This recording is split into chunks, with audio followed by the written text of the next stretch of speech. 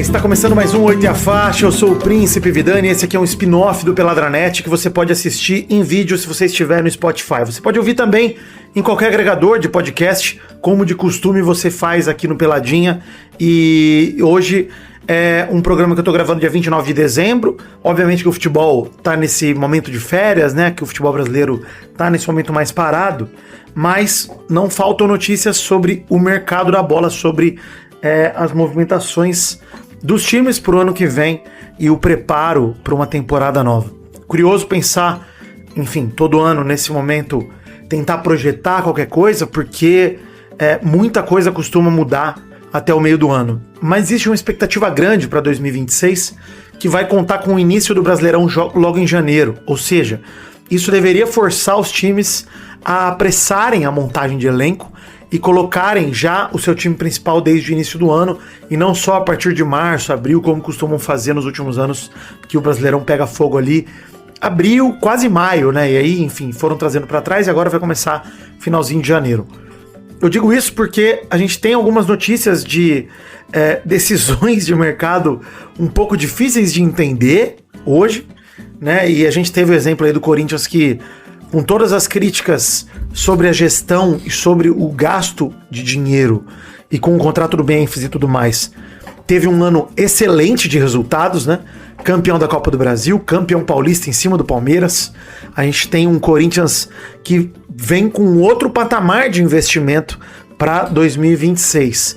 Vidani, mas eles vão pagar de verdade ou vão só prometer? Tanto faz, o negócio até agora eles não foram punidos por não pagar ou por estar endividados, etc. E muito pelo contrário, eles estão sendo...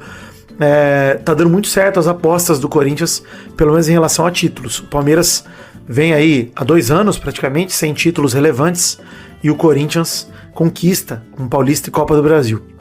Mas eu ia dizer que outro exemplo perto do Corinthians de gastança é o Santos, né? Meu amigo Dudu do Tirinhas, que é também membro honorário do Pelada, sempre será, ele comentou recentemente num vídeo de que o Santos é um clube que é endividado e gasta como bilionário. Isso é muito curioso, né? Porque tem a notícia principal de transferência para o torcedor do Santos recente, que é a vinda do Rony ou mesmo a do Gabigol, né? Enfim, só para deixar claro que eu tô editando, é a possível vinda do Rony, obviamente que não fechou ainda, não se concretizou, mas é a grande notícia aí, a probabilidade da vinda e a negociação. Só para ninguém achar que eu me enganei aqui, eu sei, eu só me expressei mal. A notícia do empréstimo do Gabigol, que talvez ele viria num esquema de compartilhar o pagamento do salário com o Cruzeiro e tudo mais. Mas, cara, o Gabigol ganha 3 milha por mês, né? Cara, mesmo que o Santos pague só metade, é 1,5 milhão por mês por um jogador que não vem entregando, não vem rendendo como se espera dele, com o nome que ele fez no Flamengo nos primeiros 3 anos, mas desde 2022 já a gente tem um Gabigol bem abaixo do que ele foi capaz de entregar um dia. Flamengo que sempre protagoniza, né, essa janela de transferências.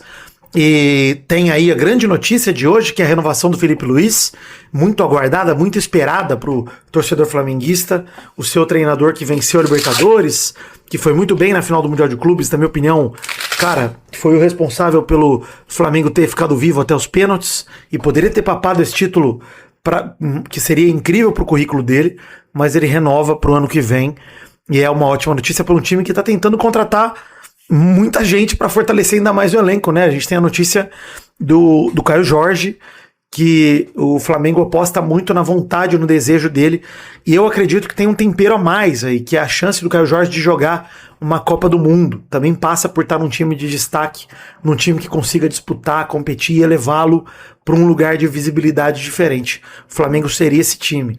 Eu considero, cá entre nós, que a saída do Caio Jorge do Cruzeiro pro Cruzeiro é uma tragédia. O Pedrinho investiu muita grana, ele tá endurecendo o jogo, né, falando, cara, 50 milhões de euros, se eu não me engano, é uma parada assim, a multa que ele botou, e falou, cara, a gente não vende por menos que isso, e o Flamengo não sei se quer pagar esse preço em jogador nenhum, mas, cara, se ele vier pro Flamengo, e eu não sei se falta vontade não, tá? Justamente por isso que eu tô dizendo, é ano de Copa do Mundo, tem várias transferências que sempre são esquisitas quando a Copa vai se aproximando, né? E faz todo sentido, os jogadores vão querer jogar a Copa, eu não duvido nem que jogadores que estão, sei lá, foram convocados na última Copa voltem pro Brasil, ou, enfim, troquem de clube na Europa para tentar se destacar. Eu não duvido, eu penso sempre no nome do Richarlison, mas acho que ele tá bem acomodado no Tottenham, não sei se ele resolveria mudar. Mas enfim, é um momento para jogadores que querem esse papel de destaque buscarem isso. E o Flamengo, sem sombra de dúvida, hoje é o principal time do Brasil em relação à visibilidade, em relação à entrega, em relação à conquista de títulos. E faria, eu acho que bem pro Caio Jorge, ainda mais com as lesões constantes do Pedro e a forma atual do Caio Jorge, estar no Flamengo seria talvez o ideal para um jogador do calibre dele. É engraçado, a gente teve algumas notícias também já de movimentação de mercado, e a ideia hoje minha nem é ficar comentando cada uma delas e tal, mas só algumas que chamaram a atenção, botar um pouquinho de holofote sobre isso. Muito se falou essa semana sobre a iminente transferência já confirmada do Marlon Freitas para o Palmeiras. E muita gente viu como uma traição, né, do jogador do Botafogo que embarcou nessa rivalidade, capitão do Botafogo dos últimos 3 anos aí, mais uns 2 anos anteriores a 2025, acho que foi 2023, 2024, naquele torneio perdido pelo Botafogo e conquistado pelo Palmeiras em 23, e agora em 24 também, com todos os duelos de Libertadores e tudo mais, o Botafogo se saindo consagrado maior aí, enfim, nessas disputas com o Palmeiras em 24, e mesmo o Super Mundial de Clubes desse ano e tal, o Marlon foi protagonista. Para mim o Marlon, ele é um jogador selecionável, um jogador que tem que brigar por vaga para a volância do Brasil. A gente não tem muito um substituto claro para o Casimiro. O Fabinho foi convocado recentemente e para mim o Marlon tem que ser testado, levado em consideração nesse tipo de posição. E ir pro Palmeiras também, esse movimento do Marlon tem tudo a ver com Copa do Mundo e com um desejo, um sonho de se colocar como um candidato na convocação do Ancelotti. Eu nem quero falar muito de Copa do Mundo aqui, porque eu acho que o Ancelotti já tá com o elenco mais fechado do que eu gostaria, por uma questão de querer entrosar a galera e tal, mas é um movimento inteligente do Marlon pra mim. E eu não tô nem fazendo juízo de valor sobre a questão da traição, do sentimento, que eu acho super válido o torcedor do Botafogo se sentir traído pelo seu então capitão, acho muito válido. Entretanto, pensando em visibilidade e também em capacidade de montar elencos, o Palmeiras gasta muito, muito dinheiro, e o Marlon seria uma peça que jogaria ao lado de outras peças também muito caras, com potencial de render. Dá pra dizer que é um pouco questionável algumas decisões recentes do Textor no Botafogo, todo aquele medo que a gente até já comentou no Pelada uns anos atrás, um período atrás, do Textor não olhar pro Botafogo como um ativo de torcida e como um clube tradicional que a torcida quer que sempre esteja disputando, e sim olhar muito como um negócio. Na venda do Almada e em todas essas vendas aí, aquela barca do time campeão de 2024 já foi-se toda embora praticamente, né? Igor Jesus, o próprio John, agora o Marlon. A gente tem muitos jogadores do Botafogo daquela geração campeã da Libertadores que já se foram embora. E o Marlon, pra mim, ele é o emblema disso tudo. A chegada dele no Palmeiras, ela coloca o Botafogo... E desculpa falar isso, torcedor botafoguense, mas é a forma que você deveria se sentir, inclusive. O Botafogo se coloca como menor que o Palmeiras nessa hora, o que é inadmissível, absurdo. Você vender um dos seus principais jogadores. Ah, mas é o desejo dele e tal. Pô, bicho, é foda, tá? Porque, não é uma rivalidade como Botafogo e Flamengo, não é, de fato. Mas recentemente foi uma grande rivalidade que representa muito pro torcedor botafoguense. E você não tem argumentos para fazer com que o Marlon entenda isso, e pelo menos evite a transferência pro Palmeiras direto, que ele fosse pra uma Fiorentina e depois voltasse pro Palmeiras, tudo bem, mas ir direto do Botafogo pro Palmeiras coloca o Botafogo num papel de inferior ao Palmeiras. E talvez em um momento de investimento e tal, esse seja o papel do Botafogo mesmo, mas a torcida não vai entender isso, não vai, e não tem que entender isso, não tem que aceitar isso. A gente tem outras movimentações acontecendo, obviamente. Eu particularmente acompanho muito o Vasco, eu tô esperando a barca de saída do Vasco se concretizar, tentando me apegar para que o Vasco mantenha o Verratti no elenco. Isso porque não tenho certeza se o Vasco consegue manter o Ryan até o fim do ano, e o Ryan não permanecendo no elenco do Vasco, o Verratti, sei lá, no meio do ano, depois da Copa do Mundo, o Verratti seria muito útil para o andamento, para a sequência da temporada. Dizem que ele pode ir por empréstimo, pro Curitiba e tudo mais, mas eu não gostaria de ver o Verratti fora do Vasco, pelo menos não esse ano. Eu acho que eu lamentaria demais ser um jogador tão útil, inclusive com uma lesão possível de um Ryan e etc. E eu acho que o Verratti nunca foi o grande problema do Vasco. Quando a bola chega nele, ele resolve.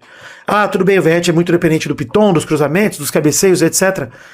Mas o homem foi o artilheiro do Brasil no ano de 2025, fazendo um segundo semestre tenebroso, fato, mas é muito gol pra você jogar esse cara fora. Pra mim, eu não consigo entender.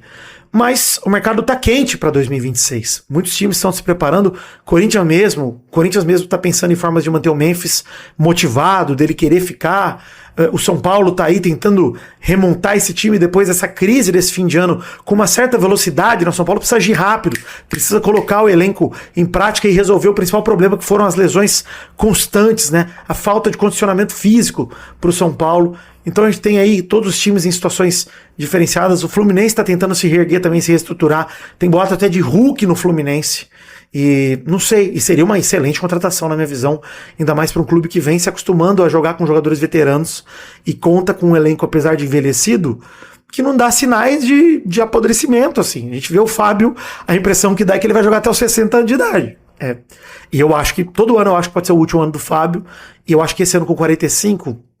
ele deve anunciar a aposentadoria já, até pra ficar com a família e tal, mental, deve ser complicado.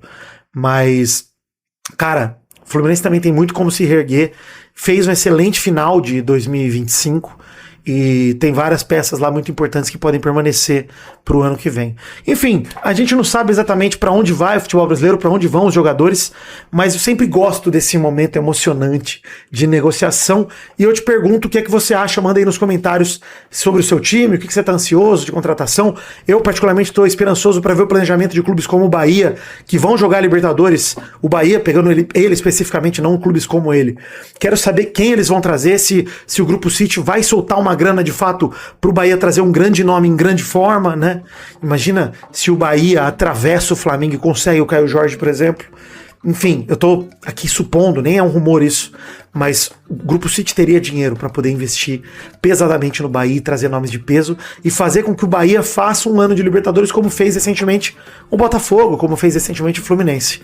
Colocar como objetivo principal disputar esse título a sério.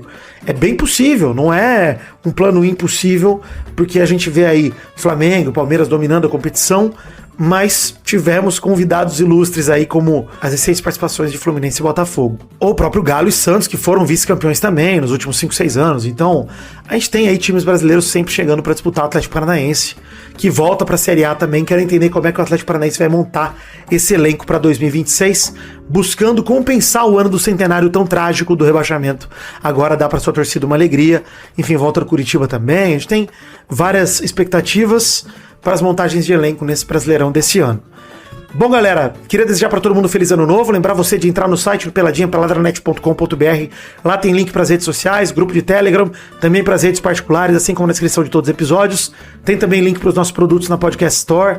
Eu tenho também que falar dos nossos queridos parceiros da Originais do Fute, que trabalham com produtos originais, tanto novos quanto usados, material de época desde anos 90, 2000 até os dias atuais, são mais de 3.000 peças diferentes no catálogo, algumas camisetas existem apenas uma última unidade, então corre lá, literalmente quem comprar primeiro leva. A loja física fica em São Paulo, na Rua Desembargador do Vale 1060, ali em Perdizes. O site todo tem até 6 vezes sem juros, originaisdofute.com. Sigam o perfil deles no Instagram, @originaisdofute_. Tem inclusive um grupo VIP do Instagram com link na bio deles. Lembrando que no perfil deles tem sempre novidades diárias. Tudo que eles encontram de material garimpam por aí aparece sempre lá primeiro. E você, ouvinte do Peladinha, tem desconto de 10% usando o cupom PELADA10 no site, ou falando no balcão que é ouvinte do Peladinha, que você ganha o mesmo desconto também. Obrigado para todo mundo que já apoia a gente no financiamento coletivo. Essa é a última semana de dezembro. Semana que vem teremos prestação de contas. Lembrando que ainda nessa quarta-feira, dia 31, pretendo lançar o Peladinha da semana, que provavelmente será um intervalo. Como o dia 1º cai logo na quinta, não daria tempo de fazer a prestação de contas e tudo mais. Achei melhor deixar para outra semana e colocar um programa no ar ainda na quarta. Espero conseguir, né? Ainda não gravei nem editei no dia que tô gravando isso aqui, mas acho que vai dar certo. Apoie no financiamento coletivo, no Apoia-se, no Patreon e na nossa chave Pix, podcast@peladaranet.com.br. Lembrando que o ouvinte Cris tem gravado com a gente direto, então vem gravar com a gente, colabore com R$300, sente na mesa e jogue, por exemplo, o nosso novo game show, né? Quem ouviu o Peladinha anterior sabe do que eu tô falando. Obrigado, galera, um beijo, um queijo, fiquem com Deus e até a próxima quarta-feira para um outro episódio do Peladranet. Alegria!